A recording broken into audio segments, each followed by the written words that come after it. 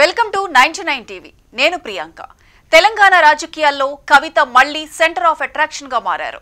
BRS నుంచి దూరమై తెలంగాణ జాగృతి బాట పట్టిన కల్వకుంట్ల కవిత ఇప్పుడు మాజీ సహచరులపైనే బాణాలు వదులుతున్నారు. పథకం ప్రకారం ఒక్కొక్క నేతను టార్గెట్ చేస్తూ వారి పనితీరు, వ్యవహారాలపై ప్రశ్నలు లేవనెత్తుతూ పార్టీలో అంతర్గతంగా ఉన్న వ్యవహారాలన్నీ బహిరంగ వేదికలపైనే బట్టబయలు చేస్తున్నారు. గత ఎన్నికల్లో కేసీఆర్ ఓటమికి, ఆయన ప్రస్తుత పరిస్థితికి చుట్టూ చేరిన కోటరీనే కారణమంటూ తరచూ ఆగ్రహం వ్యక్తం చేస్తున్న కవిత జనం బాట పట్టాక రోజు రోజుకు దూకుడు పెంచుతున్నారు.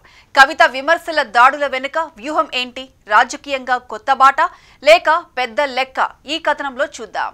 తనను అవమానకరంగా పార్టీలో నుంచి బయటకు పంపించారని, తన కుటుంబాన్ని, తండ్రిని కూడా దూరం చేశారని ఆగ్రహంతో రగిలిపోతున్న కల్వకుంట్ల కవిత ప్రజాక్షేత్రంలోనే తేల్చుకుంటానని చెబుతూ జనం బాట పట్టారు. సోదరుడు కేటీఆర్ ని కూడా వదిలిపెట్టకుండా విమర్శలు ఎక్కుపెడుతూ మాజీ మంత్రి హరీష్ రావును ఏకంగా టార్గెట్ చేస్తున్న రీతిలో తీవ్ర ఆరోపణలు గుప్పిస్తున్నారు.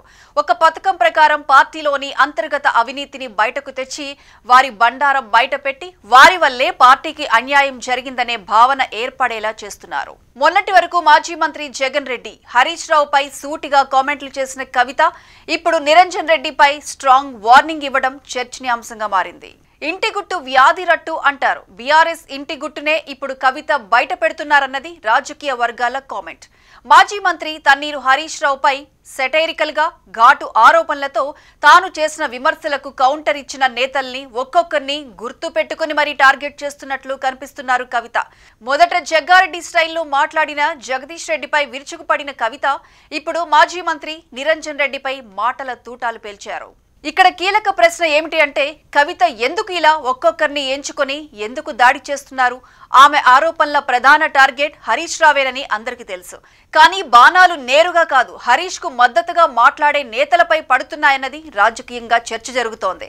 హరీష్ కామెంట్లకు డిఫెండింగ్ చేసేవారిగా కనిపించిన జగదీష్ రెడ్డి నిరంజన్లపై కవిత దాడి చేస్తూ నన్ను కౌంటర్ చేస్తే మీ అవినీతి బయట పెడతా అనే స్ట్రాంగ్ మెసేజ్ ఇస్తున్నట్లుగా విశ్లేషకుల వాదన. కవితకు సంస్కారం లేదు, ఎవరి మెప్పు కోసం ఇది అంటూ పబ్లిక్ గా కామెంట్ చేశారు నిరంజన్ రెడ్డి.